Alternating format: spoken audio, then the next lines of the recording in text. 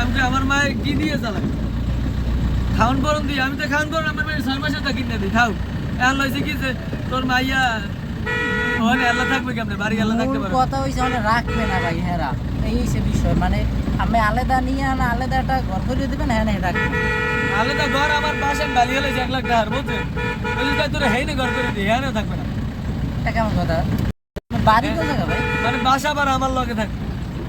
এইগুলো সবসময় কি হয় এটা তা তো একটা সময় সাপেক্ষ ব্যাপার ভাই আমি আমার বাপের এক পোলা আমার বাপের জায়গা জমির অভাব নাই ভাই আমার 5 ভাই থাকতো তাইলে কইতাম যে আব্বা আমি বউ লই গেলাম আর বাইরে তো আছি কি ভাই আর আমি আল্লাহ এখানে কি সম্ভব আপনি আপনার বাবা মার লগে যেভাবে করবেন আমার সন্তানদেরও আপনার সন্তানরাও আমার লগে এভাবে করবে এটাই প্রকৃতির নিয়ম ভাই হয়তো আমি এখন একটা স্টেবল করে যাইতে আছেন আল্লাহ প্রকৃতির আমার সামনে দেবে কিন্তু হে ভুক্তভোগী হইবে